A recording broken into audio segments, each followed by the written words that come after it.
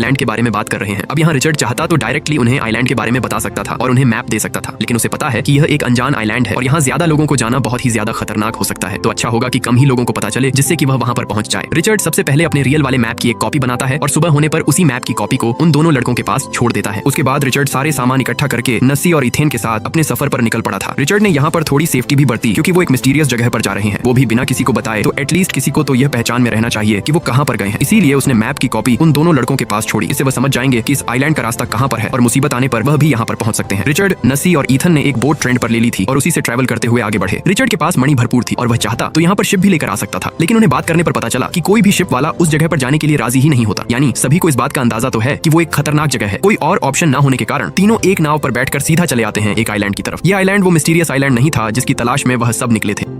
फिलहाल अब शाम का समय हो चुका था तो वह स्टे करने के लिए इसी जगह पर रुक जाते हैं। इस पॉइंट के बाद से यह पता चलेगा कि उन तीनों की सर्वाइवल स्किल्स कैसी हैं। अब धीरे धीरे यहाँ पर रात होने लगी थी। उनकी यह रात बहुत अच्छी तरीके से कटती है, लेकिन उन्हें पता था कि सुबह उन्हें काफी मेहनत करनी है। रिचर्ड, नसी और इथेना पानी में पहुंच जाते हैं और दूसरी तरफ वही आइलैंड मौजूद था जहाँ पर उन्हें जाना था और उस प्लेस को ढूंढना था। उस आइलैंड और बीच की दूरी बहुत ज्यादा होती है तो उन्हें तैर के जाना ही सही लगा। इसीलिए वह बड़ी हिम्मत करते हैं और तीनों किसी भी तरीके से पानी में तैरने लगते हैं। कई देर तक वह तैरते ही रह गए और थोड़ी देर के अंदर उस आइलैंड पर भी पहुंच जाते हैं। उस आइलैंड की चौड़ाई बहुत ही ज्यादा थी जो बड़े पैमाने पर फैली होती है, लेकिन मैप में भी यहाँ पर अच्छे से दिखाई नहीं दे रहा था कि इस आइलैंड पर वो हेवन वाली जगह कहाँ पर है। हो सकता है कि यह बीचों बीच हो और उन्हें काफी लंबा सफर तय करना होगा। अब यहाँ इन चीजों के बारे में ज्यादा ना सोचते हुए वो तीनों एक्सप्लोर करते हुए आगे बढ़ने लगी। थोड़ी देर तक ट्रैवल करने के बाद अचानक उन्हें कुछ तो पौधे दिखाई दिए। जैसे लग रहा था कि यहाँ पर उनकी खेती की जा रही है। पास जाने पर उन्हें रियलिटी पता चलती है कि यह सारे पौधे नशीले पौधों में से आते हैं, यानी कि जो ड्रग्स और भी कई सारे नशीले पदार्थ बनाए जाते थे उन्हें इसी पौधे से एक्सट्रैक्ट करके फैक्ट्रीज में क्रिएट किया जाता था। एक समय पर तो वो तीनों हंसने लगी क्योंकि वो भी एडल्ट होते हैं और नशे किया करते थे, लेकिन इस तरीके से कैसे बीच आइलैंड पर किसी ने खेती की है इन सारे नशीले पौधों की, यही तब से रिचर्ड सोच रहा था। अब इसी तरीके से वह तीनों उस खेत में जाकर एक्सप्लोर करते रहते हैं। तभी रिचर्ड की नजर एक बंदर के ऊपर गई। वो उसे देखकर खुश तो हो गया, लेकिन अचानक वो नोटिस करता है कि उस